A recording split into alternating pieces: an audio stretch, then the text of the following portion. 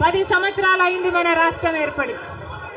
Special status గురించి, special status వస్తే మన రాష్ట్రానికి స్పెషల్ స్టేటస్ వస్తే, ఆంధ్ర రాష్ట్రానికి స్పెషల్ స్టేటస్ వస్తే ట్యాక్స్ రిడక్షన్స్ వస్తాయి, రాయితీలు ఇన్సెంటివ్స్ వస్తాయి, పరిశ్రమలు వస్తాయి. పరిశ్రమలు వస్తే మన బిడ్డలకు ఉద్యోగాలు వస్తాయి. కానీ 10 సంవత్సరాలైనా స్పెషల్ స్టేటస్ మాత్రం ఆంధ్ర రాష్ట్రానికి రాలేదు. రాలేదు అనడం కంటే పాలకులు తేలేకపోయారు అనడము కరెక్ట్.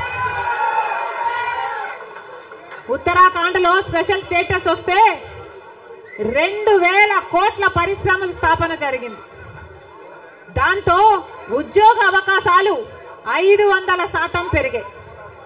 హిమాచల్ ప్రదేశ్ లో స్పెషల్ స్టేటస్ వాళ్ళకి ఇస్తే 10,000 పరిశ్రమల స్థాపన జరిగాయి. మరి మనకుందా స్పెషల్ స్టేటస్? ఎందుకు లేదు స్పెషల్ స్టేటస్? ఎందుకంటే పాలకులు స్పెషల్ స్టేటస్ తేవడంలో విఫలమయ్యారు, వాళ్లకు చేత కాలేదు కాబట్టి. కాంగ్రెస్ పార్టీ ఆ రోజు స్పెషల్ స్టేటస్ 5 సంవత్సరాల కోసం ఇవ్వాలి అంటే బీజేపీ పార్టీ ఏమంది? 10 సంవత్సరాలు ఇవ్వాలి అని ఎలక్షన్లలో ఊదరగొట్టారు. 10 సంవత్సరాలు ఇస్తాము మేము అధికారంలోకి వస్తే అని.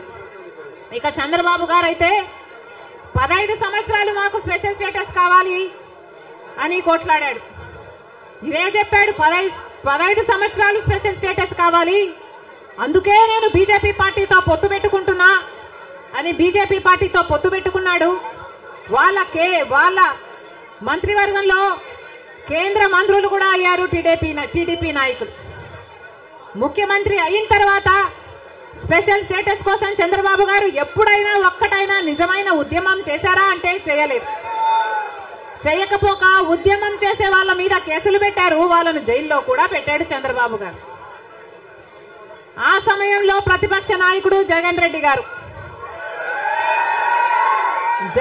గారు ప్రతిపక్ష నాయకుడుగా ఉన్నంత కాలం స్పెషల్ స్టేటస్ మనకు రావాలి అని ప్రతిరోజు కొట్లాడాడు. నిరాహార దీక్షలు కూడా చేశారు. ప్రతిపక్షంలో ఉండగా అవిశ్వాస తీర్మానం, ప్రతిపక్షంలో ఉండగా ఏమా ప్రభుత్వం వాళ్ళు ఎవరైనా ఉన్నారు ఇక్కడ? ప్రతిపక్షంలో ఉండగా జగన్ రెడ్డి గారు చెప్పిన మాట, మేము అవిశ్వాస తీర్మానం ప్రవేశపెడతాము, తెలుగుదేశం పార్టీ ఎంపీలు అందరూ కూడా మద్దతు ఇవ్వండి, మూకుమ్మడి రాజీనామాలు చేస్తే స్పెషల్ స్టేటస్ ఎందుకు రాదో చూస్తారన్నాడు జగన్ రెడ్డి. ఆఖరికి జగన్ రెడ్డి గారు ముఖ్యమంత్రి అయిన తర్వాత ఒక్కటైనా నిజమైన ఉద్యమం చేశాడా స్పెషల్ స్టేటస్ కోసం? స్వలాభం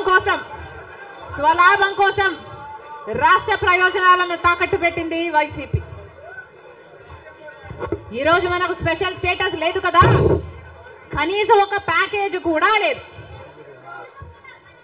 ఉన్న ప్రభుత్వమైనా ప్రతిపక్షమైనా ఒక్కటంటే ఒక్క నిజమైన ఉద్యమం చేసింది లేదు.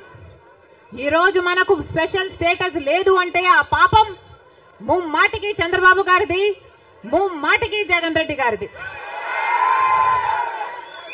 స్వలాభం కోసం ఇద్దరు ప్రజల ప్రయోజనాలను తాకట్టు పెట్టారు. టీడీపీ అంతే, వైసీపీ అంతే, దొందే. అమరావతి రాజధాని అమరావతి అన్నాడు చంద్రబాబు గారు, సింగపూర్ను చేస్తానన్నాడు.